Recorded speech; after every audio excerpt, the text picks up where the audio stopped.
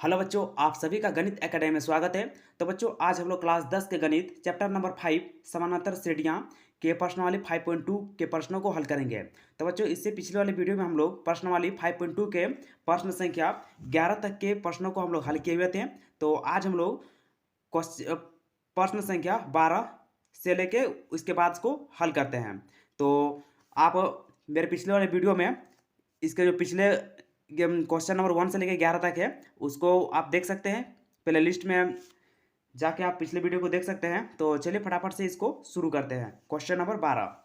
तो बच्चों, जैसा कि आप लोग देख सकते हैं, क्वेश्चन नंबर 12 में दिया हुआ है दो समानांतर श्रेणियाँ का सार्वत्रिक अंतर समान है। यदि इनके 100वें पदों का अंतर 100 है तो इनके 1000वें पदों का अंतर क्या होगा। तो चलिए बच्चों, इसको हल करते हैं हम लोग।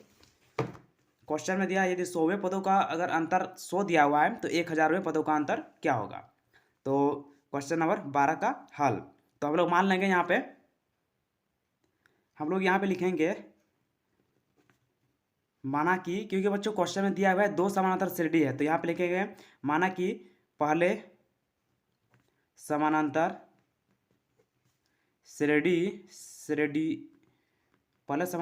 श्रेणियों का 100वां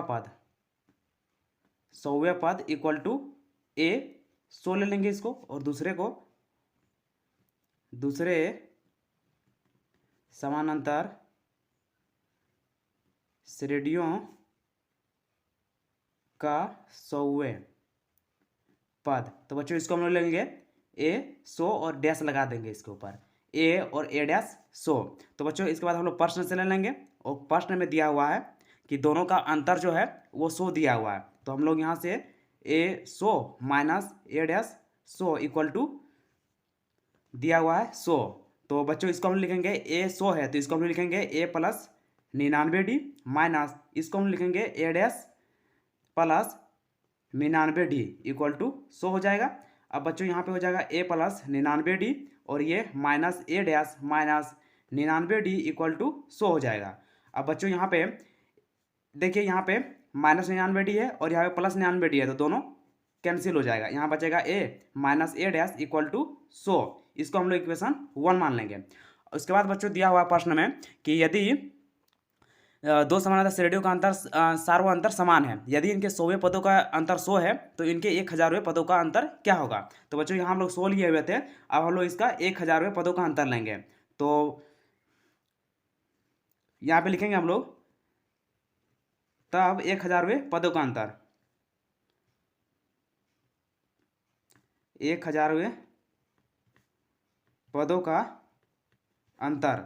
तो यहाँ पे ले लेंगे A 1000 minus A dash 1000 equal to 100। बच्चों यहाँ पे इसको हमको निकालना है कि ए 1000 माइनस ए डैश 1000 का अंतर क्या होगा। तो यहाँ पे हम लोग का आ जाएगा,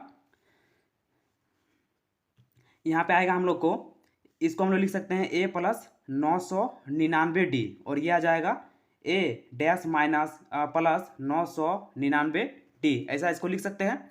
अब यहाँ पे बच्चों ये तो ऐसे ही आएगा जो था, ये 1000 minus A dash 1000 equal to यहाँ पे आएगा A plus 999D minus A dash minus 999D।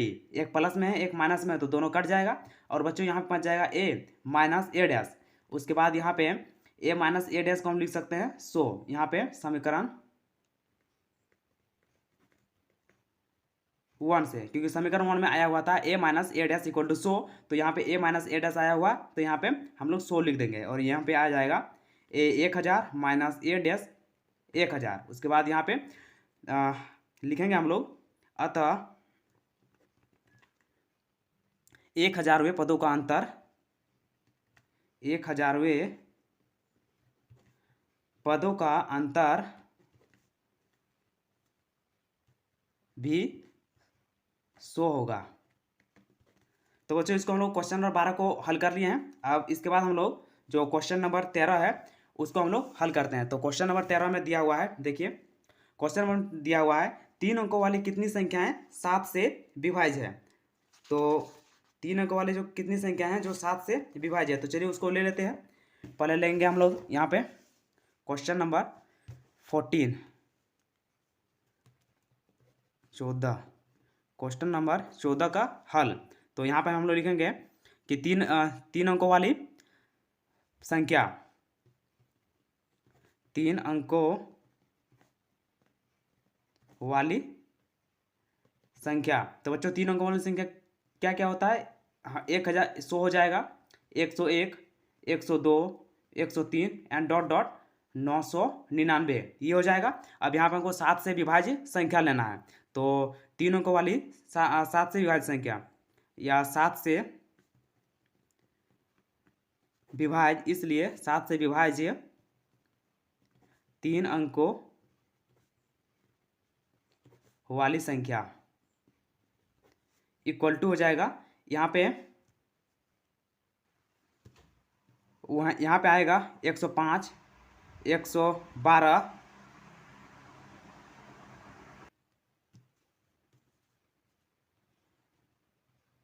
119 dot dot dot 994। तो बच्चों 994 भी 7 से डिवाइड है। तो हम लोग 7 से विभाज्य 3 अंकों वाली संख्या ले लिए। अब हम लोग यहाँ पे ए इक्वल टू हो जाएगा 105 और D equal to A2 minus A1 होता है। तो A2 यहाँ पे 112 है माइनस 105 इक्वल टू 7 हो जाएगा।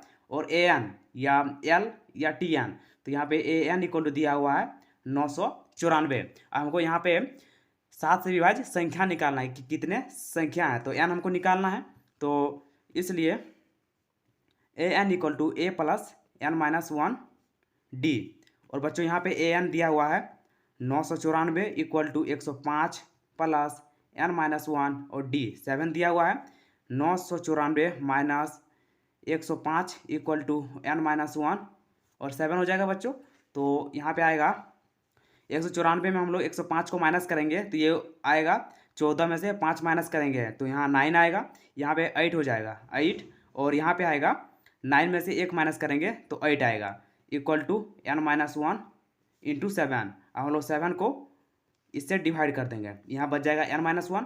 इसको जब डिवाइड देंगे तो 8 के 8 आएगा, 1 18, 7 दूनी 14, 4 49, 7 7 49। तो बच्चों यहाँ पे आएगा 127 इक्वल टू N माइनस 1 और N माइनस 1 इक्वल टू 127 हो जाएगा। और यहाँ पे हमको N इक्वल टू 127 प्लस 1 और N का हमको वैल्यू मिल जाएगा 128। अतः 7 से विभाज्य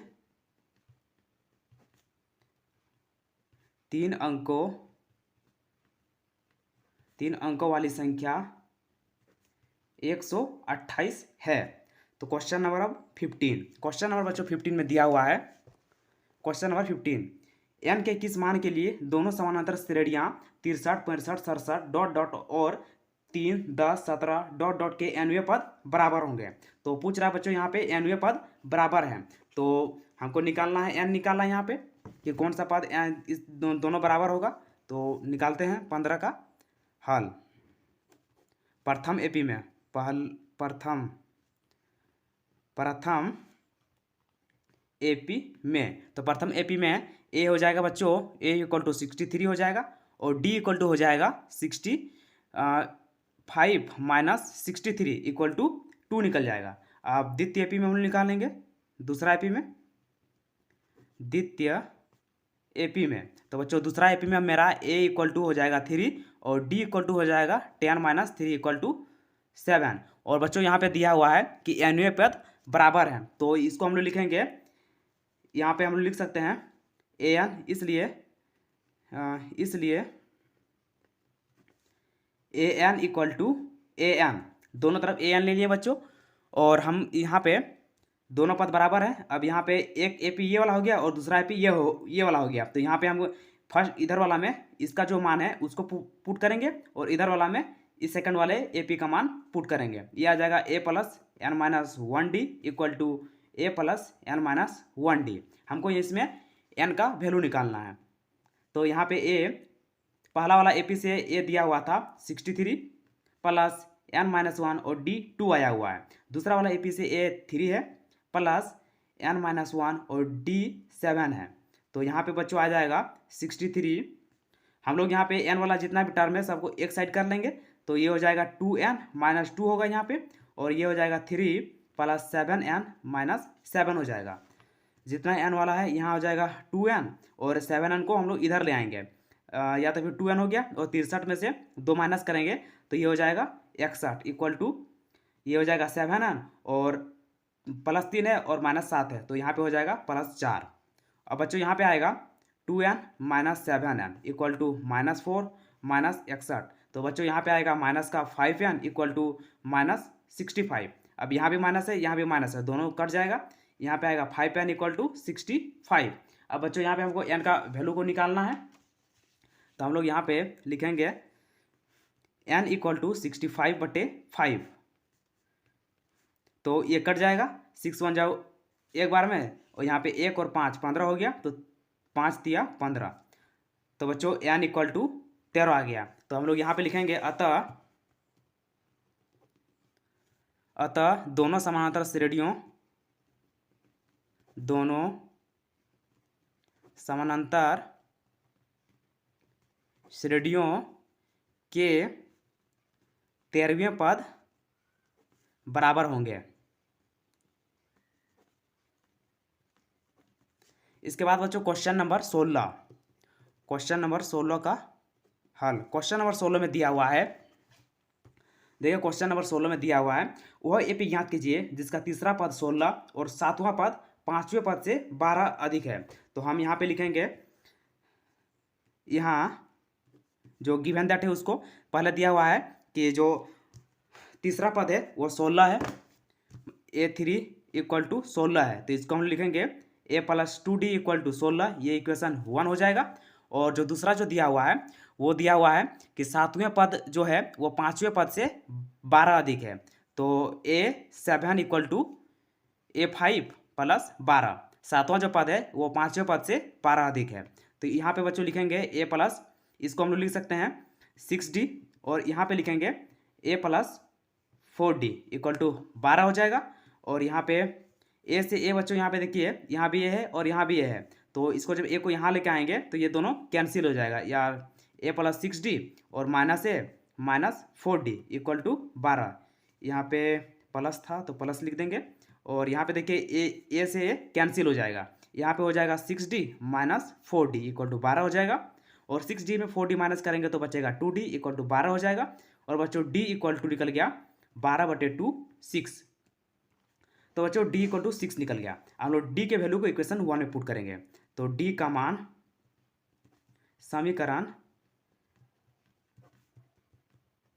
1 में रखने पर, तो ये A + 2D इक्वल टू 16 था, और A + 2 × 6 इक्वल टू 16 हो जाएगा बच्चों, और ये A + 12 इक्वल टू 16 हो जाएगा, और A इक्वल टू 16 - 12, तो बच्चों A इक्वल टू निकल गया 12 और 4 16, तो A का वैल्यू हमको 4 मिल गया।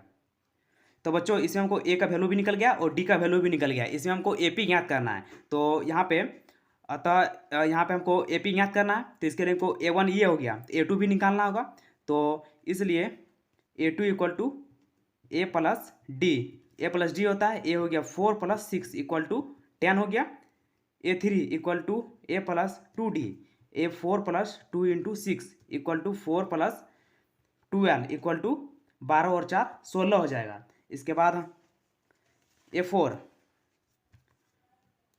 इक्वल टू A + 3D, तो बच्चों ये हो जाएगा 4 + 3 × 6 इक्वल टू 4 + 18 इक्वल टू 22, ये 22 हो जाएगा। अतः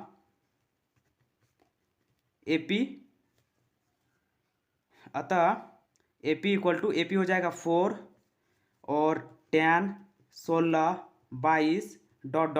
तो बच्चों हम लोग AP को निकाल लिए हैं। अब क्वेश्चन नंबर जो 17 दिया हुआ है उसको हम लोग हल करते हैं। तो क्वेश्चन नंबर 17 में दिया हुआ है, क्वेश्चन नंबर 17 दिया है AP 3 8 13 ...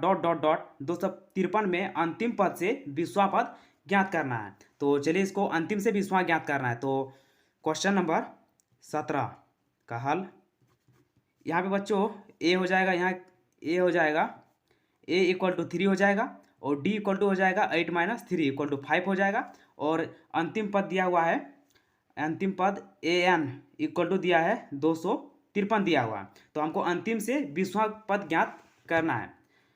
तो बच्चों हमको यहाँ पे अंतिम से 20वां पद ज्ञात करना है। तो मान लीजिए हम अंतिम से अगर ले रहे हैं तो अंतिम से अगर पीछे साइड जाएंगे तो मेरा ये हो जाएगा पहला पद। इसको हम लोग लिखेंगे AP, यहाँ AP इक्वल टू AP जो दिया हुआ है 3, 8, 13 डॉट डॉट डॉट, ये हो जाएगा 253। और मेरा कॉमन डिफरेंस जो D आया हुआ है सार्वधातुक वो 5 आया है, तो इसमें से माइनस करेंगे तो 3 और 2 248 आएगा बच्चों। तो यहाँ पे हम लोग पीछे से हमको अंतिम से निकालना है, तो अंतिम मान लेते हैं। तो अंतिम से पहला पद, अंतिम से हम पहला पद लेंगे। पहला पद A इक्वल टू हो जाएगा 253 हो जाएगा, और अंतिम से हम लोग D निकालेंगे सार्वधातुक। अंतिम से सार्वधातुक D इक्वल टू, तो ये हो जाएगा 253। अंतिम से A2 ये हो गया, A1 ये हो गया, तो ये हो जाएगा 248 माइनस 253 इक्वल टू -5 आएगा बच्चों। अब यहाँ पे ये वाला हो गया AN इक्वल टू अंतिम से अंतिम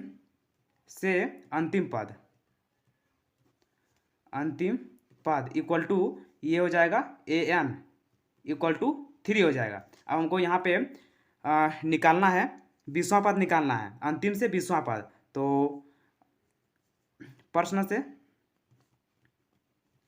अंतिम से 20वां पद, तो A 20 या यहाँ पे हम लोग लिखेंगे अंतिम से 20वां पद A 20 इक्वल टू, तो बच्चों यहाँ पे लिखेंगे A प्लस 19D आएगा ये वाला। A 20 equal to A plus 19D, और A क्या है 253 है, 253 है प्लस 19 इंटू D माइनस 5 है। तो यहाँ पे निकालेंगे तो 253, और इसको जब मल्टीप्लाई करेंगे तो 19 × 5 = 95 होता है। तो बच्चों यहाँ से इसको जब माइनस करेंगे तो ये आएगा 13 में 5 माइनस करेंगे तो 8 हो जाएगा, और यहाँ पे बच जाएगा 4 बचेगा, और यहाँ से 14 हो जाएगा। 14 में 9 को माइनस करेंगे तो 5 आएगा, और यहाँ बच जाएगा 1। तो बच्चों अंतिम से 20वां पद 158 होगा। इसको लिखना जरूरी नहीं है, इसको हटा देते हैं। तो बच्चों ये इसका आंसर हो गया अंतिम से। अतः अंतिम से 20वां पद,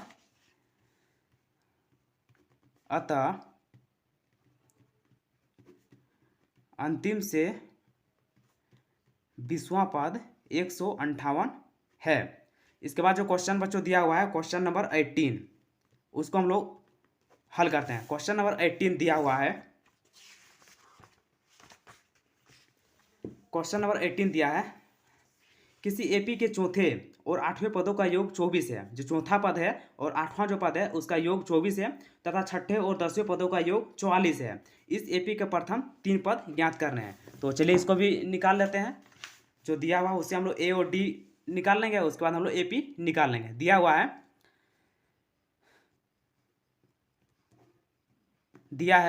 चौथे और 8वें पदों का योग A4, यहाँ पे हम लोग ले लेंगे, दिया है नहीं, माना कि पहला पद A तथा सार्वधातुक D है, तब प्रश्न से हो जाएगा। प्रश्न से A4 प्लस A8 चौथे एवं 8वें पदों का योग 24 दिया हुआ है। तो यहाँ पे इसको हम लिखेंगे A plus 3D plus A plus 7D equal to 24 हो जाएगा बच्चों। और ये हो जाएगा A और A मिलकर 2A प्लस 7 और 3 10D इक्वल टू 24 हो जाएगा। यहाँ पे हम लोग कुछ LCM ले लेंगे, 2 को हम लोग LCM ले लेंगे, तो ये LCM मतलब कॉमन ले लेंगे, तो ये हो जाएगा A प्लस 5D, और यहाँ हो जाएगा 24, तो यहाँ पे हो जाएगा A plus 5D equal to 24/2, तो ये 12 हो जाएगा। और ये आएगा A plus 5D equal to 12, इसको हम लोग इक्वेशन 1 ले लेंगे। इसके बाद हम लोग जो दूसरा दिया हुआ है उसको हम लेंगे द्वितीय प्रश्न अनुसार या फिर से। तो दूसरा में दिया हुआ है छठे और 10वें पदों का योग 44 है। A6 plus A10 equal to 44 दिया हुआ है। तो यहाँ पे हम लोग लिखेंगे A plus 5D plus A plus 9D equal to 44 हो जाएगा, और ये ए और ए मिलकर 2A हो जाएगा प्लस 5D और 9D 14D इक्वल टू 44 हो जाएगा। तो बच्चों यहाँ पे 2 हम लोग कॉमन ले लेंगे, ये ए प्लस 7D इक्वल टू 44 हो जाएगा, और इसके बाद ये आएगा imply that A plus 7D equal to 44/2, तो ये हो जाएगा ए प्लस 7D इक्वल टू 22 हो जाएगा। अब हम इन दोनों इक्वेशन को, इसको हम लोग इक्वेशन 2 मान लेंगे। अब जो दोनों इक्वेशन है इसको हम लोग विलोपन विधि से हल करेंगे। तो समीकरण लिखेंगे हम लोग, समीकरण 1 तथा समीकरण 2 को घटाने पर, तो बच्चों इक्वेशन 1 था ए प्लस 5D इक्वल टू 12 था, और ये आया है ए प्लस 7D इक्वल टू 22 है। इसको हम लोग दोनों घटा रहे हैं, तो ये दोनों कैंसिल हो जाएगा। यहाँ पे 5D है और माइनस का 7D है, तो यहाँ पे हो जाएगा माइनस का 2D, और यहाँ हो जाएगा 12 और माइनस 22, तो माइनस 10 हो जाएगा।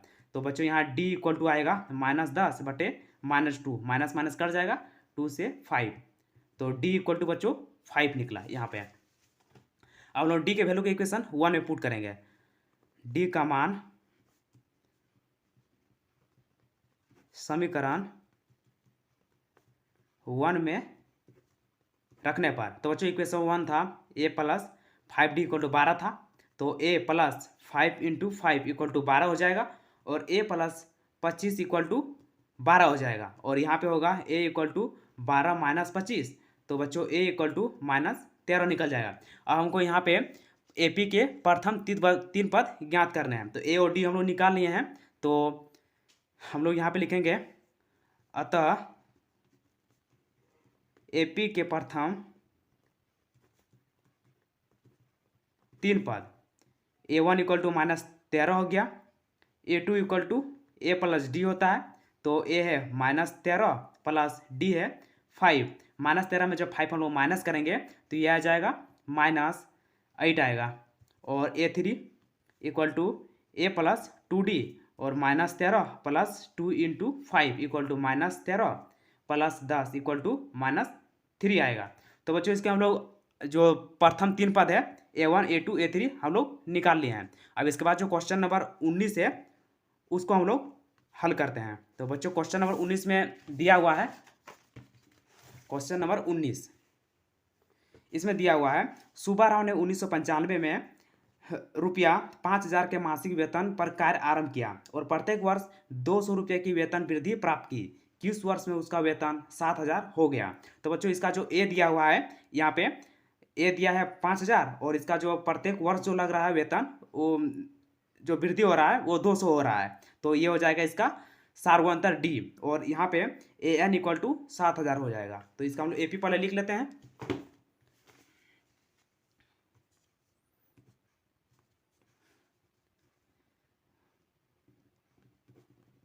माना कि प्रथम पद ए तथा सार्वंतर डी है, तो ये एपी, यहाँ पे एपी हो जाएगा या श्रृंखला, या इसलिए एपी इक्वल टू हो जाएगा यहाँ पे 5,000 और 200 का पर साल उसको वृद्धि हो रहा है, तो 5,000 और 200, तो 5,200 हो जाएगा, 5,200 हो जाएगा, फिर 5,400 हो जाएगा, 5,600 हो जाएगा, और डॉट डॉट डॉट अंतिम में दिया हुआ है कि 7,000 हो जाएगा। तो यहाँ पे हम लोग लिखेंगे, यहाँ ए इक्वल टू 5,000 और D equal to A2 minus A1 equal to 5200 minus 5,000 equal to 200, और ए एन दिया हुआ है 7,000। हमको बच्चों यहाँ पे एन ज्ञात करना है कि किस वर्ष में उसका वेतन 7,000 हो जाएगा, तो एनवें वर्ष में हो जाएगा, एन निकाल लेंगे तो निकल जाएगा किस वर्ष इसका सब जो वेतन है सुब्बा राव का वो निकल जाएगा। तो इसलिए A N equal to A plus N minus 1 D, तो बच्चों यहाँ पे होगा ए एन दिया हुआ 7,000 इक्वल टू ए है 5,000 प्लस एन माइनस 1 और डी दिया हुआ है 200, तो यहाँ पे 7,000 minus 5,000 equal to n-1 into 200। तो बच्चों यहाँ पे आ जाएगा 2000 आएगा इक्वल टू n-1 इंटू 200। तो यहाँ पे होगा 2000 माइनस 2000/200 इक्वल टू n-1, क्योंकि ये मल्टीप्लाई में था तो उसको हम लोग डिवाइड में भेज दिए। इसके बाद बच्चों देखिए यहाँ पे 200 से ये 10 बार में डिवाइड हो जाएगा। तो यहाँ पे आएगा 10 इक्वल टू n-1 और यहाँ पे होगा n-1 इक्वल टू 10 और n इक्वल टू 10 + 1 और n इक्वल टू 11। तो n बच्चों 11 निकल गया। हम लोग लिखेंगे यहाँ पे अतः 11वें वर्ष में सुब्बाराव का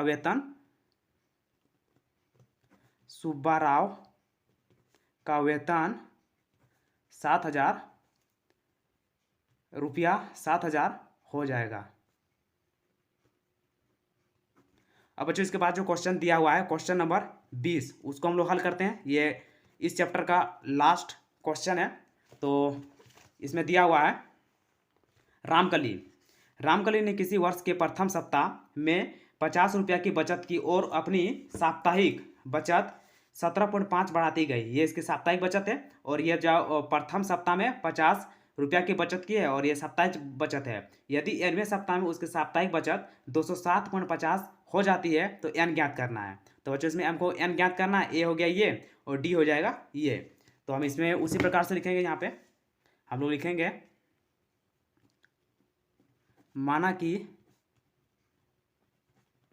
पहला पद a तथा सार्वअंतर d है। तो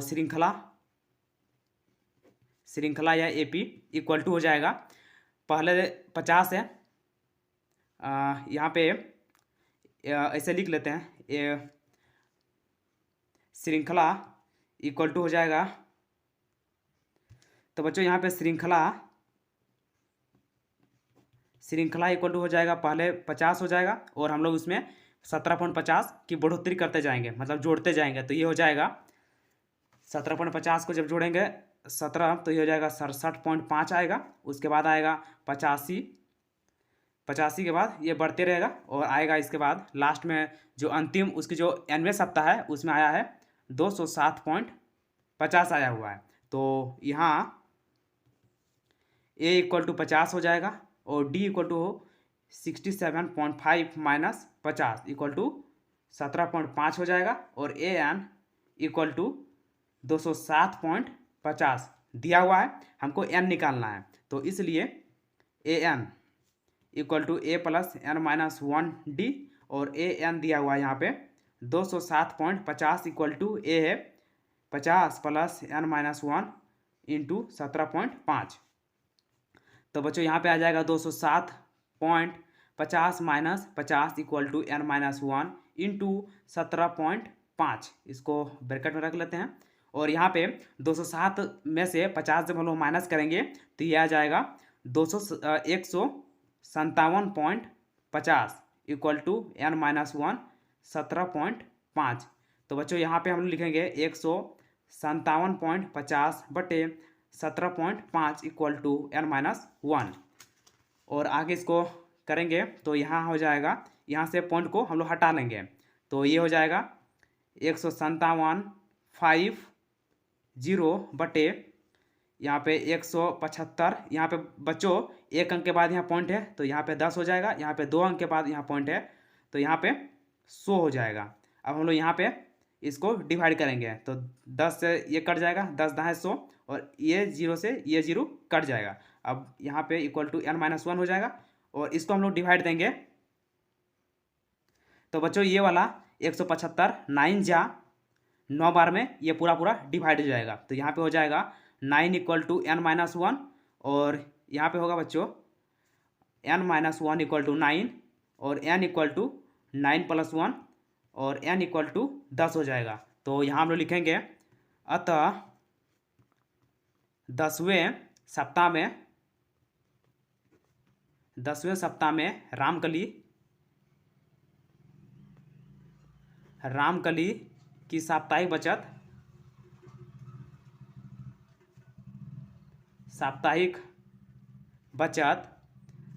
रुपया 207.50 हो जाएगी। तो बच्चों ये चैप्टर प्रश्नावली 5.2 कंप्लीट हो चुका है। अगर इसको बनाते समय अगर आपको कोई भी अगर डाउट होगा तो आप कमेंट बॉक्स में कमेंट कर सकते हैं, हम आपको उसको फिर से बताएंगे। और अगर वीडियो अगर अच्छा लगा हो तो प्लीज़ अपने दोस्तों को भी शेयर कीजिए और वीडियो को फटाफट से लाइक कर दीजिए और चैनल को सब्सक्राइब कर दीजिए, ताकि जो भी हम वीडियो अपलोड करें वो आपको सबसे पहले मिले। तो बच्चों वीडियो को हम लोग यहीं पे एंड करते हैं। इसके नेक्स्ट वीडियो में हम लोग प्रश्नावली 5.3 के प्रश्नों को हल करेंगे।